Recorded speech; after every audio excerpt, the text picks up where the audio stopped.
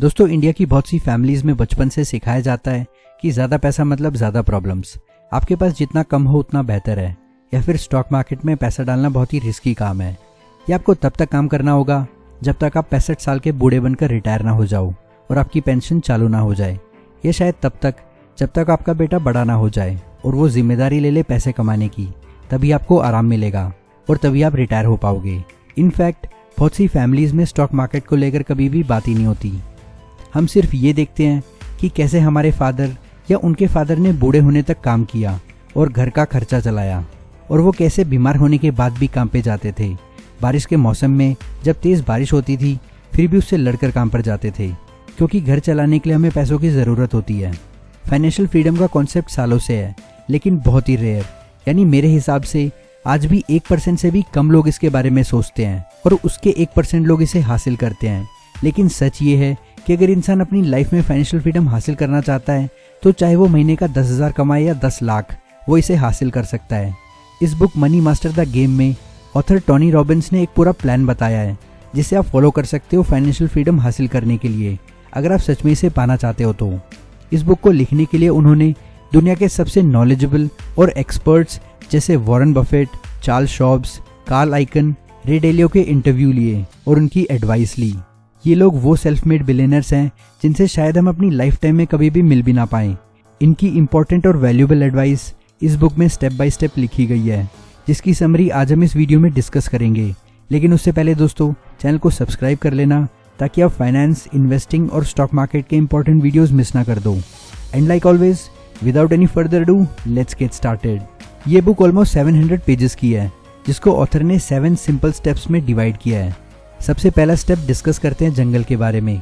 जैसे आप एक घने जंगल में एंटर करते हो और आपको पता नहीं है कि कौन सा जानवर कब और कहां से आ जाए, उसी तरह जब आप ज़्यादा पैसा कमाने लगते हो तब आपको पता नहीं चलता कि कौन आपको आपकी मदद के नाम पे लूटने आया है। और रियल लाइफ की प्रॉब्लम जंगल से बड़ी प्रॉब्लम है। वो इसलिए क्योंकि जंगल में आपको साफ साफ पता होता है कि आपका दुश्मन कौन है। जैसे अगर आपके सामने एक शेर है तो आपको पता है कि वो आपकी जान लेगा ही। वो शेर आपको झूठी कहानियाँ नहीं सुनाएगा। लेकिन रियल लाइफ में बहुत सारे लोग जैसे fake coaches, stock brokers, bankers, financial advisers, ये वो लोग हैं जो ज़्यादातर अपना खुद का फ़ायदा देखते हैं। ऐसे लोग उन लोगों की लाइफ में आते हैं जो थोड़ा ज़्यादा पैसा कमाने लगते हैं, और इसी लोग न चाहते हुए भी इनके शिकार बनते हैं। इनफैक्ट हम अपने खुद के दुश्मन हैं जब भी हम बिना किसी लॉजिक के डिसीजन लेते हैं, लालच में या आलस में आके।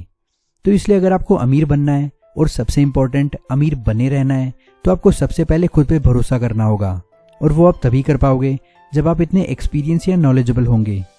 ये था इस बुक का step 1, welcome to the jungle. Step 2, know the rules before you get in. यहाँ ऑथर हमें एक सिंपल एडवाइस दे रहे हैं। हमें एक कंज्यूमर से शिफ्ट होकर एक ओनर बनना होगा।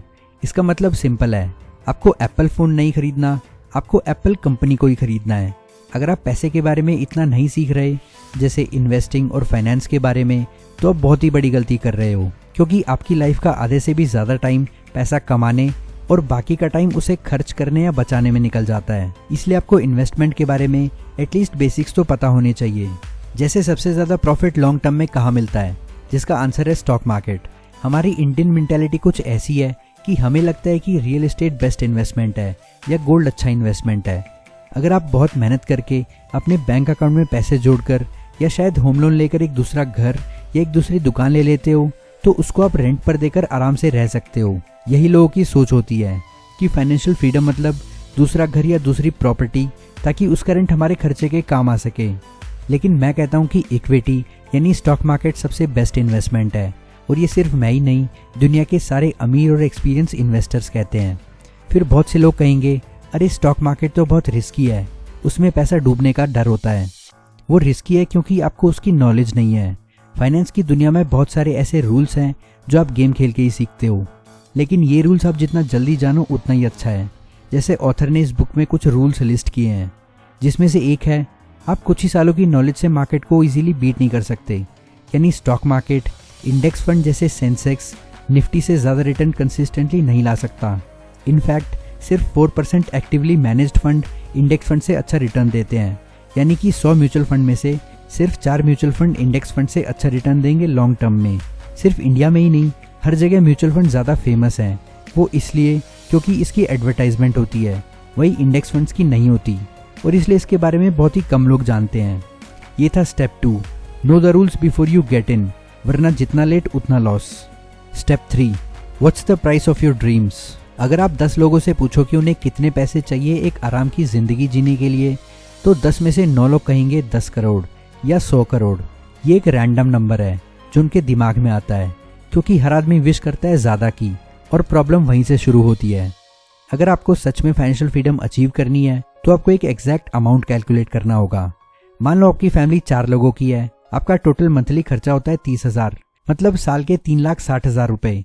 तो आपको सिर्फ 60 लाख रुपए चाहिए फाइनेंशियल फ्रीडम हासिल करने के लिए। वो कैसे, मैं बताता हूँ। 60 लाख रुपए अगर आप किसी भी बैंक में फिक्स डिपॉजिट में डालते हो तो आपको मिनिमम 6% इंटरेस्ट तो मिलेगा ही, जो होता है हर साल का 3,60,000 रुपए। यानी आप एक बार 60 लाख रुपए जमा करके बैंक में डालते हो, फिर बैंक आपको हर साल 3,60,000 रुपए देगी और फिर आपको काम करने की ज़रूरत नहीं। और अगर आप नोटिस करोगे तो ये 60 लाख रुपए 10 करोड़ या 100 करोड़ से बहुत ही कम है, जिसके लोग अक्सर सपने देखते हैं। लेकिन इसमें एक छोटी सी प्रॉब्लम है। इंडिया एक हाई ग्रोइंग कंट्री है और यहाँ की महंगाई भी बहुत ज़्यादा है, तो आने वाले कुछ सालों में 3,60,000 कम पड़ेंगे, क्योंकि चीज़ों के दाम महंगे होते हैं। इसलिए मैं पर्सनली डेट और डेट फंड्स का फ़ैन नहीं हूँ। लेकिन अगर आप कोई इक्विटी फंड में पैसा डालोगे जो इन्फ्लेशन से बेटर रिटर्न देता है, तो आपका एक्चुअल इन्वेस्टमेंट कम होगा और उसका रिटर्न ज़्यादा होगा। या अगर आप खुद कुछ अच्छी कंपनीज के स्टॉक्स लोगे, जैसे मान लो आपने ऐसी किसी कंपनी का स्टॉक ले लिया जो अच्छा डिविडेंड पे करती है, जैसे ITC, एशियन पेंट या बजाज ऑटो या फिर कोई और, तो आपको हर साल उस कंपनी से डिविडेंड भी मिलेगा, जिससे आपके एक्सपेंसेस कवर होंगे। साथ ही साथ इसका स्टॉक प्राइस भी बढ़ता रहता है।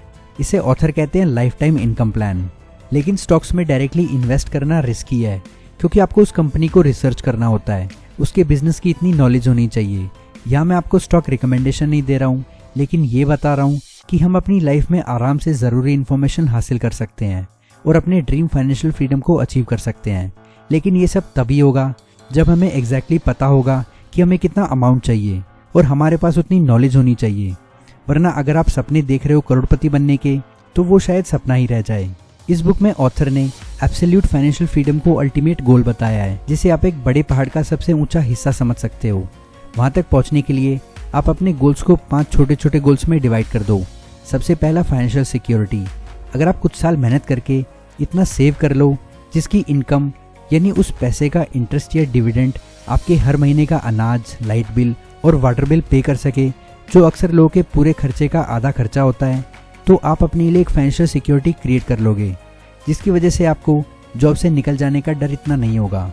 आप इजीली अपना पुराना जॉब छोड़ सकते हो जिसे आप पसंद नहीं करते हो, क्योंकि लोग अक्सर जॉब छोड़ नहीं पाते क्योंकि उनको डर होता है कि दूसरा जॉब मिलेगा या नहीं और कितने टाइम में मिलेगा, फिर बिल कैसे भरेंगे। लेकिन अगर आप अपने लिए एक फाइनेंशियल सिक्योरिटी क्रिएट करते हो तो वो प्रॉब्लम इतनी नहीं होगी।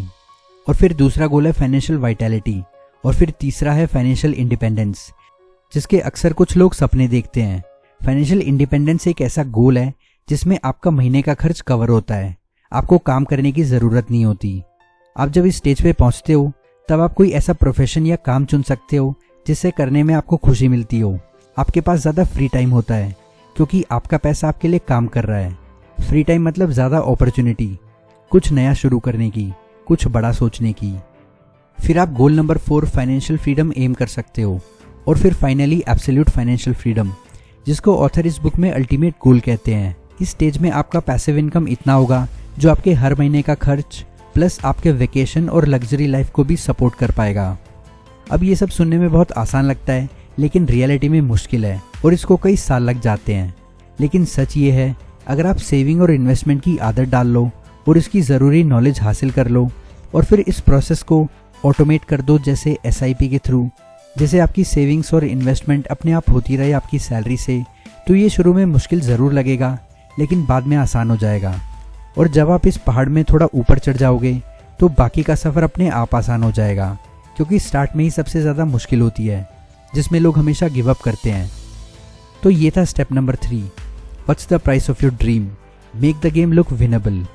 स्टेप 4, अपनी लाइफ का सबसे ज़रूरी इन्वेस्टमेंट डिसीजन लो, और वो है एसेट एलोकेशन। इसका मतलब ये है कि आप कितना पैसा कहाँ रखते हो वो मैटर करता है।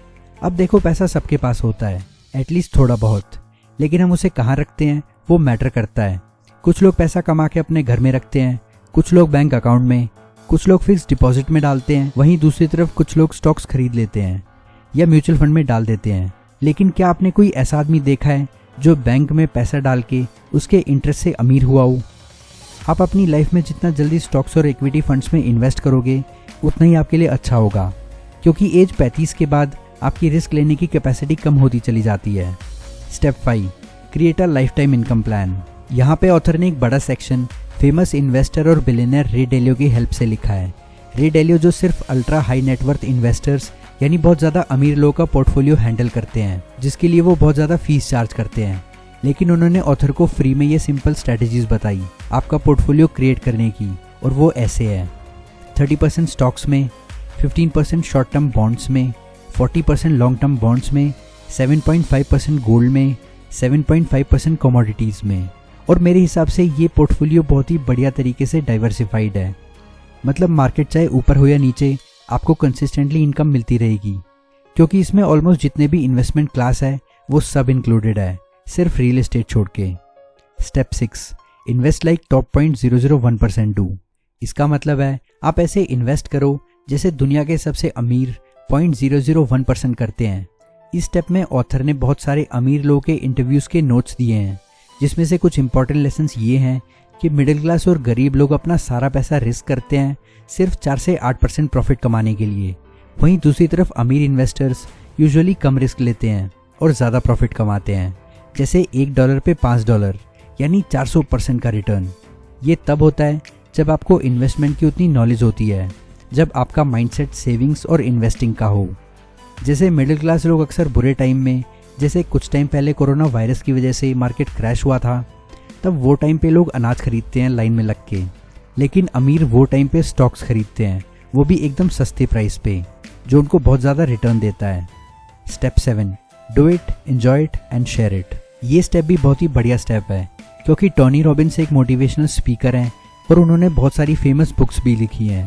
पैसा आपको एक्सपीरियंस पे खर्चा करने का मौका देता है, जिससे आप वेकेशंस पे जा सकते हो, अपने लिए फ्री टाइम खरीद सकते हो, क्योंकि पैसा आपके लिए काम कर रहा होता है। फिर ये फ्री टाइम आप अपने चाहने वालों के साथ स्पेंड कर सकते हो, या वही पैसा आप अपनी सोसाइटी में ज़रूरतमंद लोगों को बांट सकते हो। ये आपकी चॉइस है। लेकिन जब आप सोसाइटी में कंट्रीब्यूट करते हो ज़रूरतमंद लोगों को देके, तो ये आपको ज़्यादा खुशी देता है। तो दोस्तों, ये थी summary Money Master the Game by Tony Robbins की। अगर आपको वीडियो पसंद आई तो इस चैनल को सब्सक्राइब कर लेना, इस वीडियो को ज़्यादा से ज़्यादा शेयर कर लेना। आपका वैल्यूएबल टाइम देने के लिए थैंक यू। नेक्स्ट वीडियो तक के लिए good bye and take care.